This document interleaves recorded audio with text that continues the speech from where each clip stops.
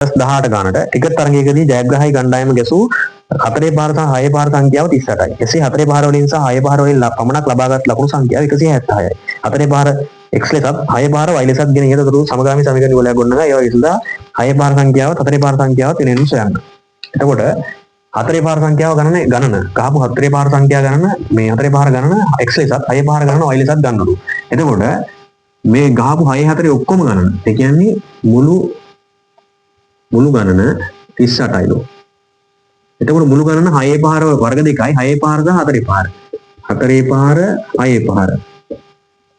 එතකොට 4 පාර කොච්චර ප්‍රමාණයක්ද? x ප්‍රමාණයක්. මේ තියෙන්නේ x ප්‍රමාණය.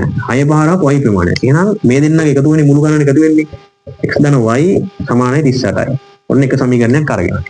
දැන් ඒ වගේ ගත්ත මුළු ලකුණු 176යි. ඒකට මුළු ලකුණු කියන වර්ග දෙකයි 4 පාර වලින් සහ 6 පාර වලින් 4 පාර වලින් සහ 6 පාර වලින්. ඒතර 4 පාර වලින් ගත්ත ලකුණු ප්‍රමාණය ඒක 4 පාර x ප්‍රමාණයක් ගහලා දිනවා. එහෙනම් 4 පාර වලින් ලකුණු ගන්නවා 4යි x ප්‍රමාණයක්. එතකොට 6 පාර වලින් 6 පාර ඔක්කොම කියන ගහලා දිනනවා y ප්‍රමාණයක්. y ප්‍රමාණයක් ගහලා දිනවා නම් එයාගෙන් ගත්ත ලකුණු 6යි y.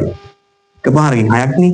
එහෙනම් y ප්‍රමාණයක් ගහලා දිනනවා 6ක් y. මුළු ලකුණු 176යි. එහෙනම් 4යි x ධන 6ක් y සමානයි 176යි. ඔන්න දෙවෙනි සමීකරණයත් අපි ගොඩනගා සමගාමී සමීකරණය වල ගොඩනගා නොදන්න පද දෙකයි x හා y ඒ දෙන්න ගැලපෙච්ච සමීකරණ දෙකයි. නම් විසඳන්න තියෙනවා. එතකොට 4 පාර සංඛ්‍යාව x 6 පාර සංඛ්‍යාව y. එතකොට මෙතනින් ගත්තා මේ 6 පාර සහ 4 පාර වල මුළු එකතුව 38යි. එහෙනම් x ධන y සමානයි 38යි. 6 පාර වලින් ගත්ත ලකුණු ප්‍රමාණය 4යි x. x ප්‍රමාණය යන ගහලා තියෙන්නේ 1කින් 4යි 4යි x.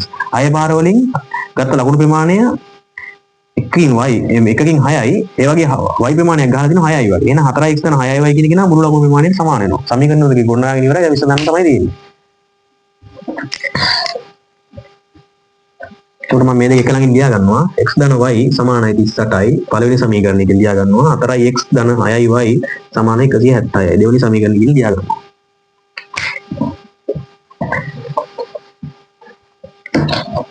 එතකොට මේ සමීකරණ දෙක බැලුවම මේ x වර්ගයේ x ගේ සංගුණකය මේ සමීකරණ දෙක බැලුවට පස්සේ x ගේ සංගුණකය මෙතන 1යි මෙතන 4යි. එහෙනම් මේක 4ෙන් වැඩි කරන්න. මේ පළවෙනි සමීකරණය 4ෙන් වැඩි කරා නම් මෙතන 4යි x කියන එක හදා ගන්න පුළුවන්. එහෙනම් මම මෙතන පළවෙනි සමීකරණය 4ෙන් වැඩි කරනවා. එහෙනම් 4යි x ධන 4යි y සමානයි 38 4ෙන් වැඩි කරාට පස්සේ 152යි. 38 වැඩි කරාට පස්සේ 152යි. එහෙනම් මේක තුන්වෙනි සමීකරණය විදිහට ලියා ගන්නවා. දැන් මෙතන 4x තියෙනවා මෙතන 4x තියෙනවා. 4x ගේ ලකුණු බලනවා. ලකුණු දෙන්න ලකුණු සමානයි. එහෙනම් අඩු කරා. දෙන්න ලකුණු අඩු කරා. එතකොට මම දෙවෙනි සමීකරණයෙන් තුන්වෙනි සමීකරණය අඩු කරනවා. 4x ධන 6y ඍණ 4x ධන 4y සමානයි 176න් ඍණ 152ක්. එතකොට මේක 4x ධන 6y ඍණ 4x ඍණ 4y සමානයි 170 154 52ක් කියලා කියන්නේ 24යි. එතකොට ධන 4x ට ඍණ 4x කැපිලා යනවා. 6y ඍණ 4y කියලා කියන්නේ 2y. එහෙනම් 24යි.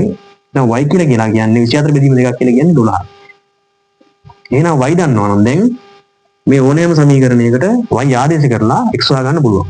x දන්නවා නම් පළවෙනි සමීකරණයට y ආදේශයෙන්